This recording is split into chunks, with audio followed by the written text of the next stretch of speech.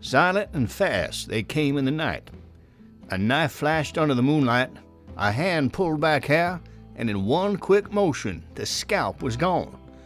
Blood poured, bodies fell, scalps ripped away. A war cry cut through the night.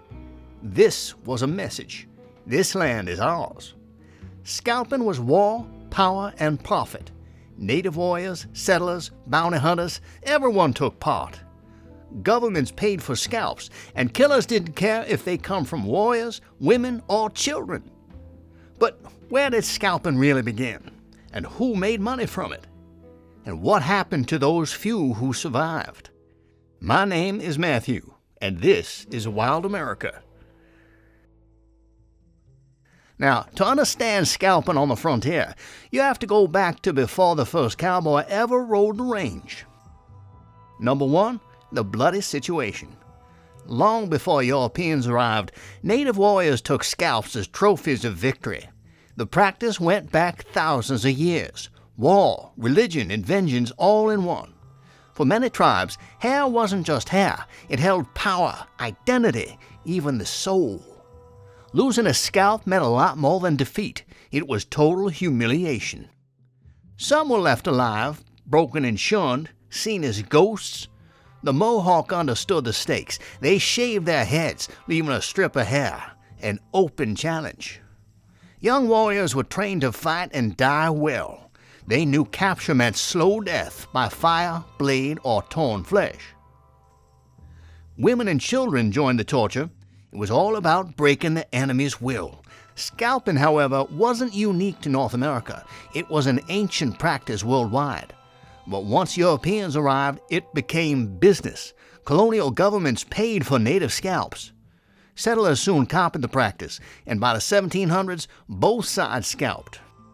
Sullivan's 1779 campaign recorded 104 scalps in one season.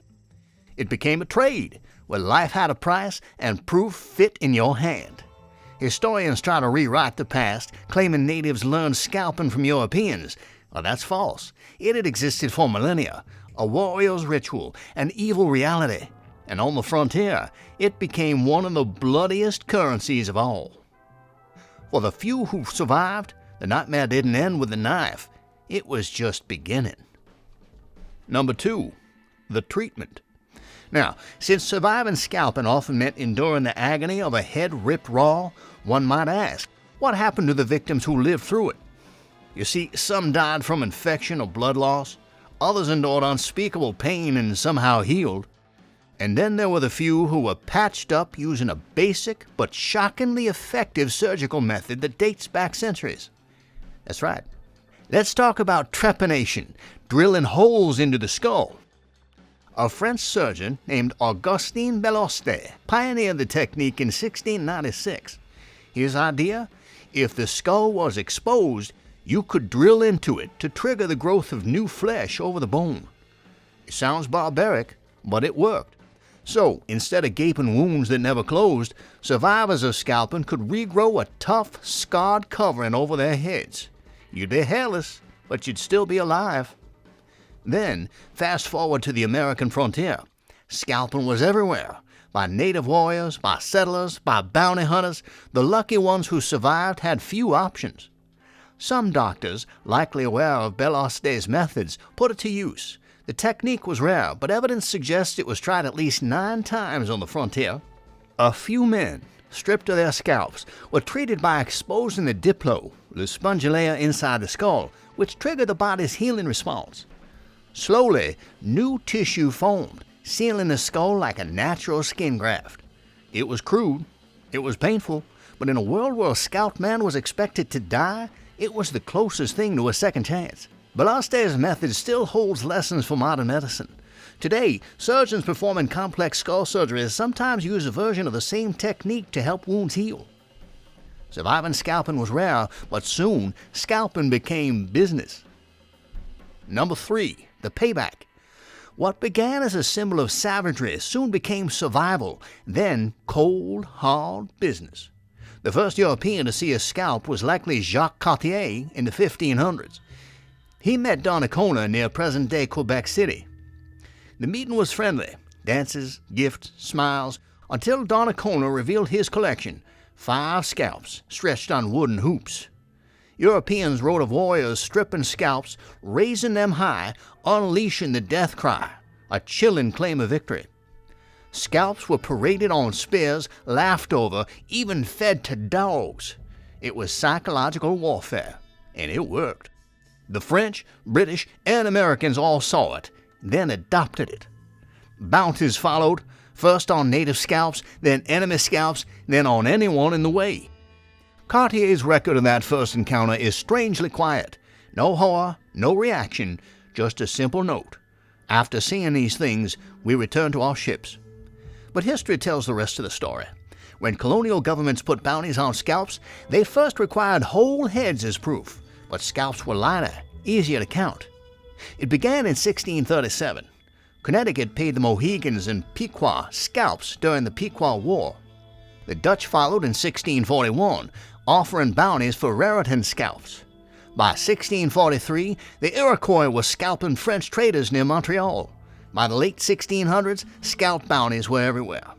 In 1675, New England paid settlers and native allies for enemy scalps during King Philip's War. And by 1692, even New France paid their native warriors for scalps. Then came Hannah Dustin, captured by the Abenaki in 1697. She killed 10 captives in the night, scalped them, and claimed a bounty. The law had been repealed 6 months earlier, but she was paid anyway. Scalp hunting surged during the colonial wars. By 1689, Massachusetts had its first bounty. In 1703, they raised the stakes during Queen Anne's War. By 1722, they paid £100 for an adult male scalp, $50 for a woman or child. Some men made scalping their full-time job. Not settlers, not soldiers, just mercenaries paid in human skin. Ranger John Lovewell became infamous for his scalp hunting raids, especially at Pequawket. Each scalp earned him £100, a fortune. His vile efficiency made him a colonial celebrity. At one point, Lovewell even made a wig out of his scalps, stitched together from the heads of the men he'd murdered. Then he marched through the streets of Boston, parading his gruesome prize like a trophy. But scalping made him cocky. He gathered 47 men and marched on a native village of over 100 people, looking to maximize his profits. It was a mistake. Lovewell was killed in the fight and fittingly scalped himself. Meanwhile, the French did the same. New France fought the Natchez and Meskwaki in the early 1700s, both sides scalping each other. By 1746, Massachusetts Governor William Shirley paid friendly natives for enemy scalps, £40 for a man, $20 for a woman or child. New York followed in 1747 with its own Scalp Act. Nova Scotia joined in. The bounty stayed until the Halifax Treaty ended the war. During the French and Indian War, Shirley kept paying, £40 for a man, $20 for a woman or child. Pennsylvania's Robert Morris raised the stakes in 1756, 130 pieces of 8 for Lenape male scalps, 50 for women's. Scalping became both policy and desperation. Frontier combat was brutal. Flintlocks reloaded too slowly, so knives, hatchets, and bows dominated. Governments raised payouts when participation lagged. Too little money, and no one risked their lives. And by the late 1700s, the practice faded, not because scalping stopped, but because the frontier moved. New wars, new enemies. For over a century, human life was measured in the weight of a single scalp. Yet during the American Revolution, the British joined in. Henry Hamilton, the hair-buyer general, paid native warriors for American scalps. He armed them with scalping knives, rewarding by the head, excluding women and children. In one instance, he received 129 American scalps in a single day. But scalping bred more scalping. Enraged Americans retaliated, scalping British mercenaries in turn. Violence fed itself, scalp for scalp. Years later, in 1851, U.S. soldiers displayed native scalps in Stanislaus County, California. That same year, they and settlers launched the Tehama Massacre, slaughtering and scalping native men, women, and children. Yana, Yonkau, Nissinen, Wintu, Nomlaki, Patwin, Yuki, Maidu, no one was spared. By 1867, scalp bounties resurfaced. A Colorado town raised $5,000, offering $25,000 per scalp, ears included. Age and gender didn't matter. The U.S. government sanctioned it, just as it had for over a century. Some states like Arizona made it law. Scalping became a system of extermination. Women, children, even infants. For some historians, this was America's twist on an ancient practice, turning it into a state-sponsored killing machine. And for some, scalping was about money. For others, it was just bloodlust. Number 4. Kentucky gone savage. By the War of 1812, some Americans had fully adopted the practice of scalping, not for money, not for survival, but for the sheer brutality of it. One militia group from Kentucky, however, took it to another level. Before battle, they stripped to their underwear, smeared themselves in red wall paint, and went hunting. They scalped their enemies, not as trophies for cash, but as souvenirs of slaughter. One officer from Pennsylvania witnessed it firsthand. He sat next to a Kentuckian who, without hesitation, tore open his waistband, fleshed out the scalps with his knife, salted them, and stretched them in hoops. It was indeed a grisly process, done without shame. Most of the country was disgusted. The British, eager to paint Americans as uncivilized, spread the story far and wide. They called the Kentuckians the most barbarous, illiterate beings in America. But the men from Kentucky didn't shy away from the practice. One young soldier even mailed a scalp home to his parents. His parents' response? Daddy and Mama thought I had done about right. The violence wasn't entirely rumor. During the Battle of Magwaga on August 9, 1812, American forces clashed with British troops, Canadian militia, and native warriors. When the fighting ended, reports claimed that Ohio militiamen scalped 30 to 40 dead native warriors. There's no solid proof that they did the same to British soldiers, but the mere accusation fueled the war's brutality. Scalping became a powerful weapon of propaganda. American newspapers ran cartoons of British officers urging native allies to scalp Americans, painting the enemy as bloodthirsty savages. The British did the same, portraying Americans as wild men no better than the frontier they came from. The truth, however, was that scalping was a terrible reality on all sides.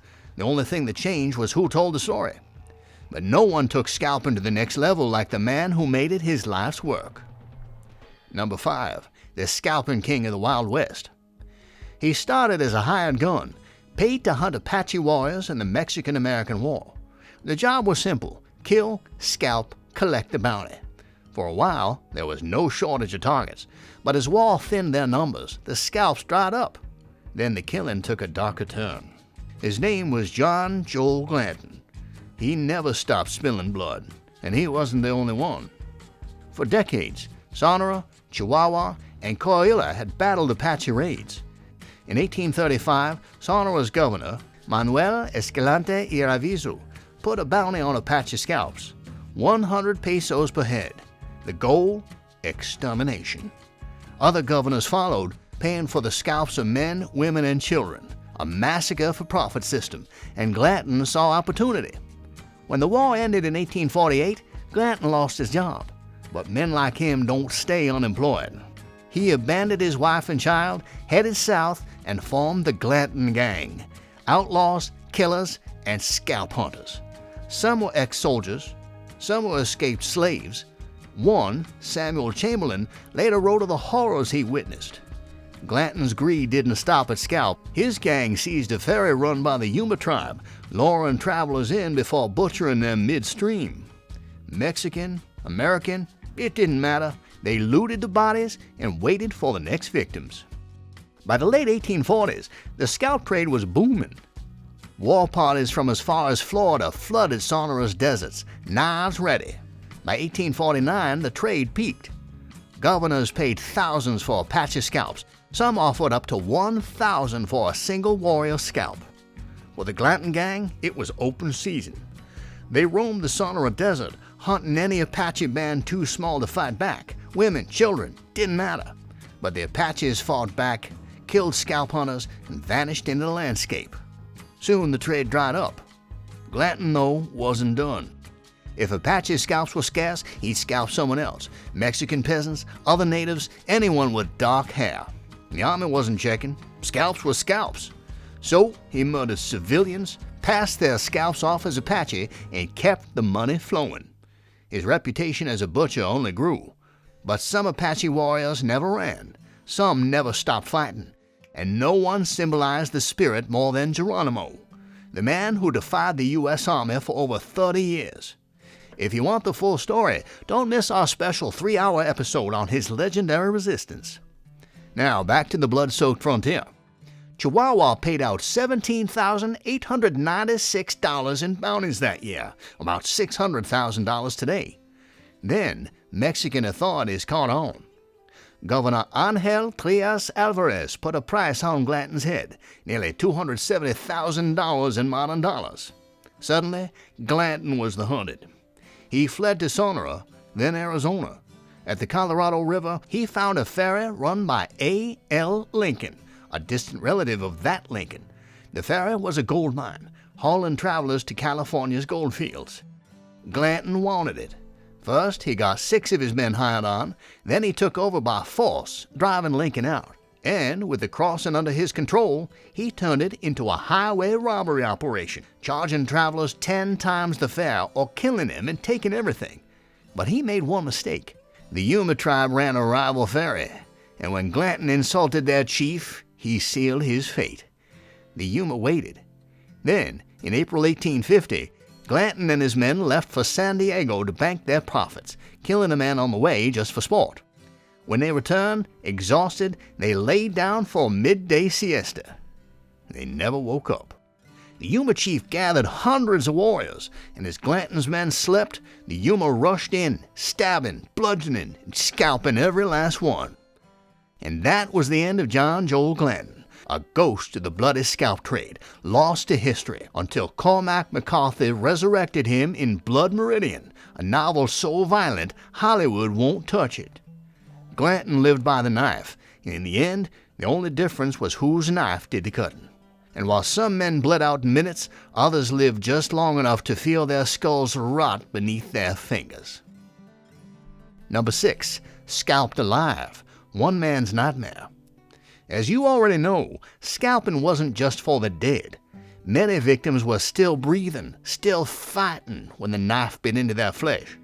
Some bled out in minutes, others survived, if you could call it that. For those who didn't get help, the clock was ticking. As mentioned earlier, with nothing covering the exposed bone, infection was almost certain. Over weeks or months, the skull would swell, crack, and slowly crumble away. Some men lived just long enough to feel their own skulls rot beneath their fingertips. And then there was Robert McGee. He was just 14 years old, riding west on the Santa Fe Trail with his family. The wagons rolled toward New Mexico, full of settlers chasing a better life. But one morning, the Sioux came. Chief Little Turtle led the charge. Warriors stormed the wagon train, cutting down men, women, and children in minutes. Young Robert was shot and dragged before the chief. Little Turtle put another bullet in him, then pinned him to the ground with arrows. Robert was still alive. Our chief pulled a knife. With one quick motion, he scalped the boy while he was still conscious. Robert lay there, helpless, bleeding, watching as the warriors looted the wagons and rode off without a second glance. Hours passed. Then came the cavalry. Soldiers from the fort found Robert among the dead. Another boy was still breathing too, but barely. They rushed both of them back to the fort. The other boy didn't make it, but Robert did. Against all odds, he recovered. He lived through the agony of scalping, survived the infections that killed so many others, and kept on living. By 1880, decades after the attack, Robert McGee's disfigured head was an ugly reminder of what he had suffered. Once again, most scalping victims never got that chance. If the knife didn't kill them, infection did. And for the ones who lasted, the horror didn't end when the blood stopped flowing. It only got worse. Now, one scalping survivor is rare. 2, almost unheard of. But then again, the frontier was full of shocking surprises. Number 7. Scalped alive. Another man's hell. Texas was Comanche land, and survival meant living under constant threat. In 1840, a failed negotiation in San Antonio turned into a massacre when Texans slaughtered a Comanche delegation. In response, War Chief Buffalo Hump led 1,000 warriors on a rampage, burning towns, killing settlers, seizing horses, weapons, and scalps. As Texas burned, Comanches raided Mexico, battling Apache and Tonkawa rivals. By 1867, it wasn't the Comanche terrorizing the frontier, it was the Cheyenne, and one man would carry his own scalp. Cheyenne warriors Porcupine and Red Wolf raided a settlement, then reached the Union Pacific Railroad near North Platte, Nebraska. They wanted to stop a train. On August 6th, they set a trap. Wired a railroad tie across the tracks, lit a fire to draw someone in. Rail workers Pat Handeman and William Thompson approached by handcar. Then, crash, shots fired, Handeman died instantly. Thompson ran. A bullet tore through his shoulder. He dropped, playing dead. A Cheyenne grabbed his hair, pulled his head back, the knife sliced deep, his scalp was ripped away. They looted a handcar, found Spencer carbines but discarded them, unable to load. Then they tore up more track. Hours later, a freight train derailed at full speed. Engineer Brooks Bauer died on impact. Within the wreckage, Thompson, the scalp man, staggered out, holding his own scalp. He reached another train, escaped. Doctors in Omaha failed to reattach his flesh. Instead, it was preserved, a frightening relic of frontier brutality. But the violence didn't stop there. The Sand Creek Massacre of 1864 had already worsened tensions. Then, Colonel John Chivington's troops attacked a peaceful Cheyenne in Arapahoe village. On November 29th, he gave a chilling order. Damn any man who sympathizes with Indians. Kill and scalp all, big and little. Nits make lice. What followed was slaughter. Soldiers stormed in, killing men, women, and children. They cut bodies to pieces, scalping the dead and dying. No one was spared, not even pregnant women. John Smith, a white man, had a son in the village. When he came for the body, he saw the horror up close. I saw the bodies, cut all to pieces. The worst was White Antelope, a respected elder. After he was scalped, soldiers cut off his nose, ears, then his testicles, turning them into a tobacco pouch. Sand Creek was a massacre. 163 perished. And Chivington? He faced no punishment. Instead, his men paraded scalps through Denver, trophies from a village that had only wanted peace. Truly, the frontier was always a battleground, ruled by warriors who struck fear into settlers and soldiers alike. But who were the deadliest Native American tribes of the era? We break it all down in our newly released episode. Don't miss it. And if you want to see how the U.S. military fought back, check out our 4-hour episode on General George Crook, the man who outsmarted Sitting Bull, Crazy Horse, and Geronimo with strategy, survival, and cunning. Scalping was war, its own kind of war, terror, business. It made men hunters, turned victims into trophies, and life into currency.